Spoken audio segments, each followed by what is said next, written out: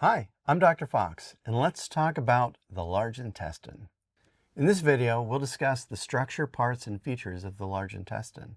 We'll also discuss its blood supply and its innervation.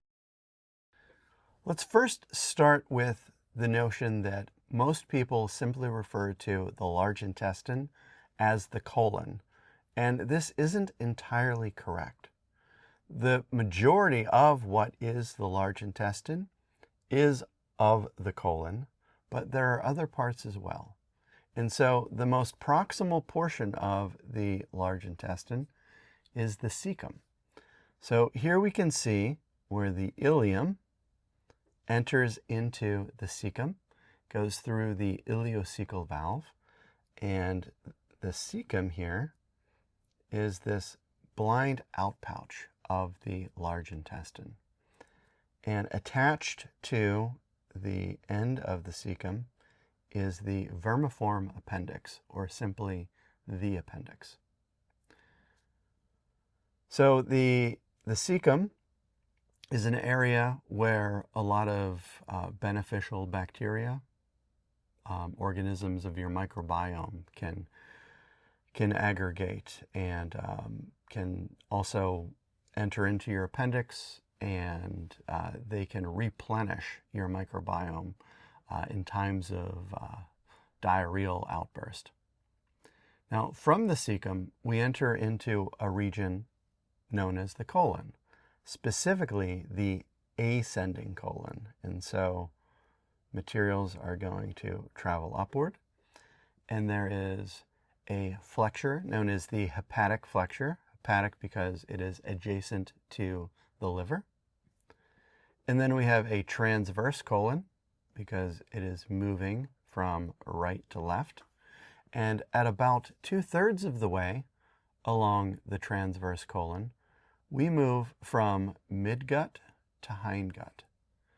There isn't really a solid anatomical marker or boundary for this, but if you pay attention to the vasculature, sometimes you can see a discontinuity there. But we eyeball this, so anatomists will look and say about 2/3 along the way we have that transition.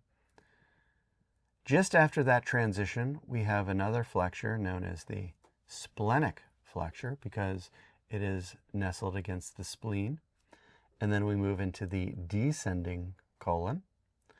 From the descending colon, we move into the sigmoid colon because it is S-shaped. And from the sigmoid colon, we enter into the rectum and then the anal canal. After a region of the anal canal known as the pectinate line, we're no longer within the large intestine anymore. What's interesting is that large portions of the large intestine are retroperitoneal, but there are also intraperitoneal regions as well. And so as a gross organ, the large intestine is both intra and retroperitoneal. Now, both the ascending colon and descending colon are secondarily retroperitoneal. So they adhere to the body wall, and their surface then becomes parietal peritoneum. Continuing, the transverse colon is intraperitoneal.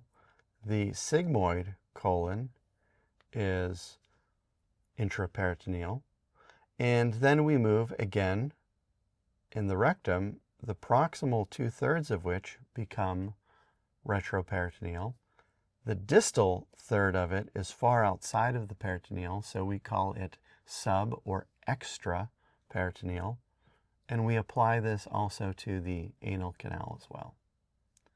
So if you're keeping score at home, the ileum is intraperitoneal, the cecum is intraperitoneal, the ascending is secondarily retroperitoneal, transverse is intraperitoneal, the descending is secondarily retroperitoneal, the sigmoid is intraperitoneal, the proximal 2/3 of the rectum are retroperitoneal, and then the remainder of the large intestine, both the distal rectum as well as the anal canal, are extraperitoneal.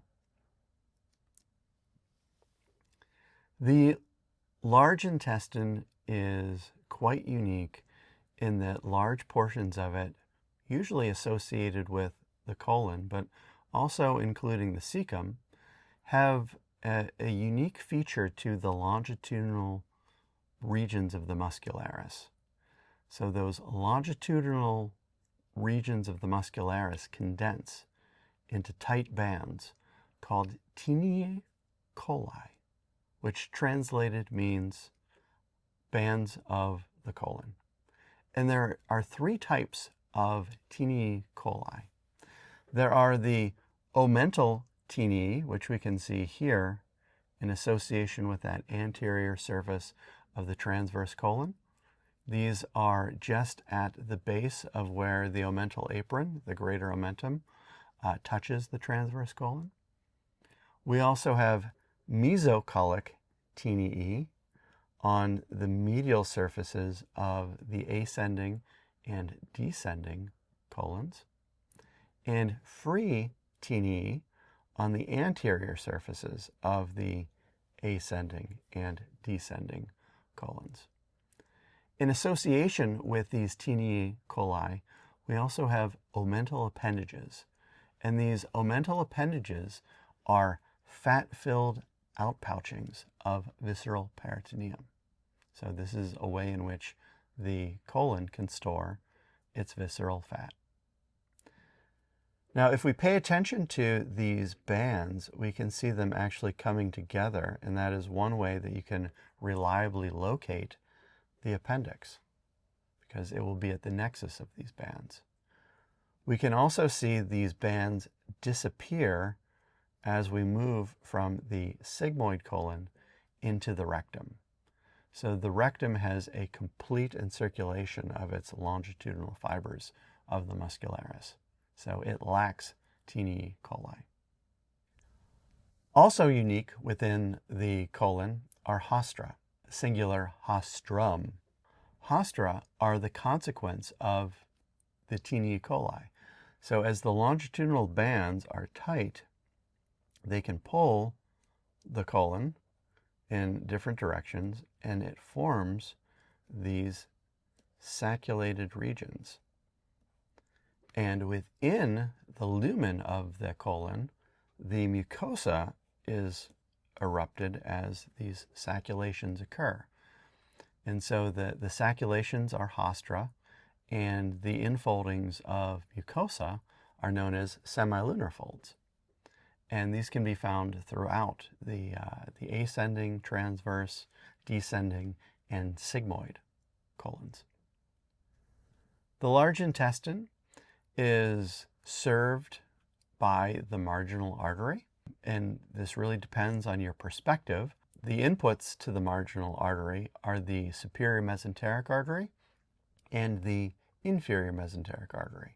But surrounding the colon here, all the way around, is something called the marginal artery.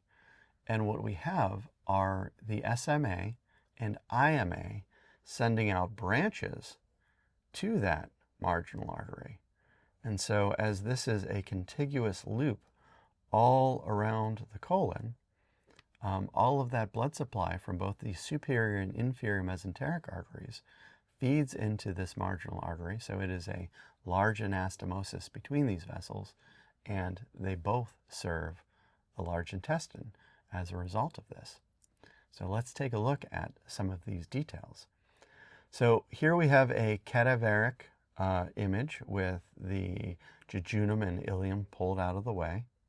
Here is our SMA, and we can see the intestinal branches have been incised there as we've removed those regions of the small intestine.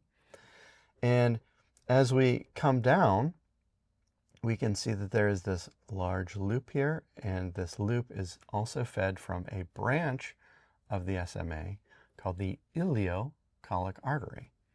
So that ileocolic artery is going to serve both the ileum as well as the proximal portion of the colon. In addition to this, we have a right colic branch. The right colic branch is going out toward the vicinity of the ascending aorta. There's also a middle colic artery. The middle colic artery heads out in the vicinity of the transverse colon. And I say in the vicinity because here is that marginal artery going all the way around the colon.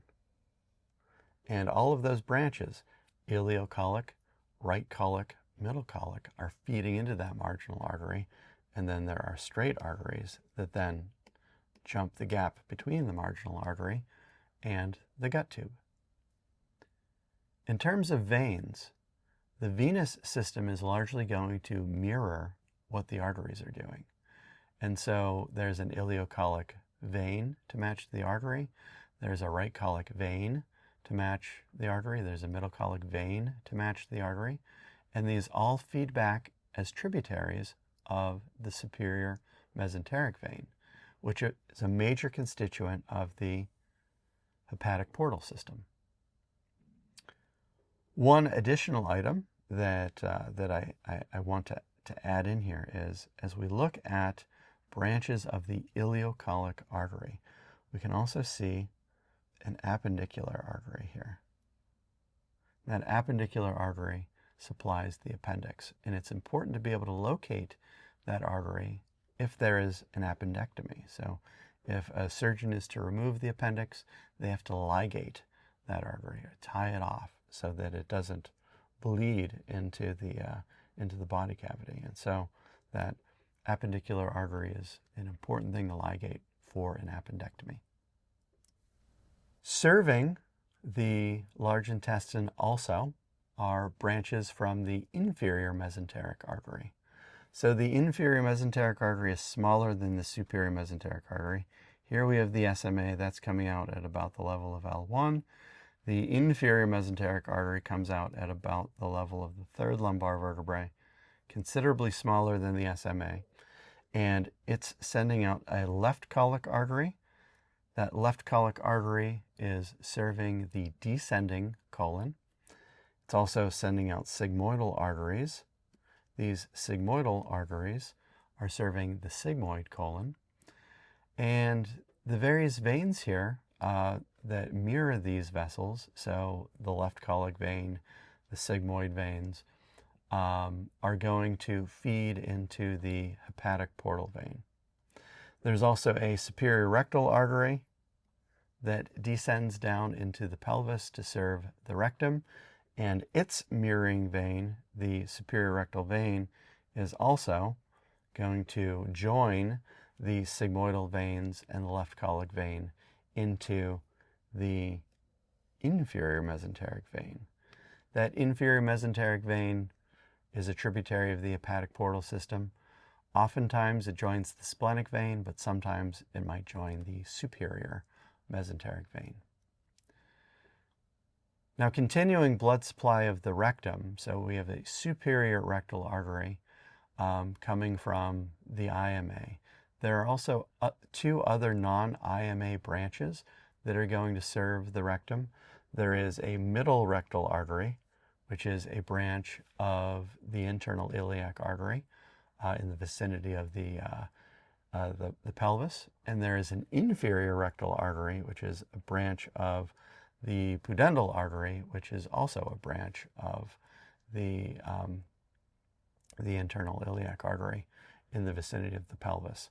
So the superior, middle, and inferior rectal arteries serve different regions of the rectum, but they also anastomose. Let's take a look at innervation of the large intestine. So as you recall, innervation is going to closely mirror blood supply. And so as the large intestine has both branches from the superior mesenteric and inferior mesenteric arteries, there's going to be two separate autonomic plexuses that directly serve it. So there will be a superior mesenteric plexus and an inferior mesenteric plexus. That superior mesenteric plexus, just to review, the preganglionic parasympathetic fibers are coming from the posterior vagal trunk, descending down from the neck, and the preganglionic sympathetic fibers are coming from the thoracic splanchnics from the thorax and the lumbar splanchnics from the lumbar region of the sympathetic chains. The inferior mesenteric plexus has similar inputs to the superior mesenteric plexus, but it also has the addition of autonomics coming from the pelvis in the form of hypogastric nerves. These hypogastric nerves, in quotation marks, are collections of fibers that are ascending out of the pelvis from the inferior hypogastric plexuses, and there are two components from them. There are pelvic splanchnic nerves, which are parasympathetic, so I always remember pelvic splanchnic nerves are parasympathetic, and sacral splanchnic nerves, which are sympathetic. So in addition to all of the same inputs from the SMA, we also have autonomics arising from the pelvis, coming from pelvic and sacral splanchnic nerves up along those hypogastric nerves and heading and serving that inferior mesenteric plexus as well. Functions of the large intestine. Obviously, as part of digestion, there's going to be secretion, and in terms of secretion, there are no digestive enzymes. The large intestine only secretes mucus. Now, the large intestine is home to the microbiome, and we have a tremendous amount of microorganisms in there that are responsible for the fermentation of carbohydrates, and these byproducts get absorbed. There are also microorganisms that are going to digest small proteins or peptides, as well as amino acids that will break them down for absorption. And they'll also break down bilirubin, which has been injected to the lumen up through the biliary tract.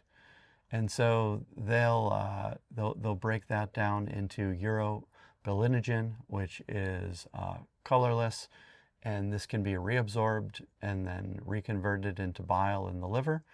Anything that is not reabsorbed can be transformed into stercobilin. Stercobilin is a brown substance, and it's what colors the feces as brown. The large intestine is a very important location for the absorption of water and any of the byproducts of microbiomal metabolism.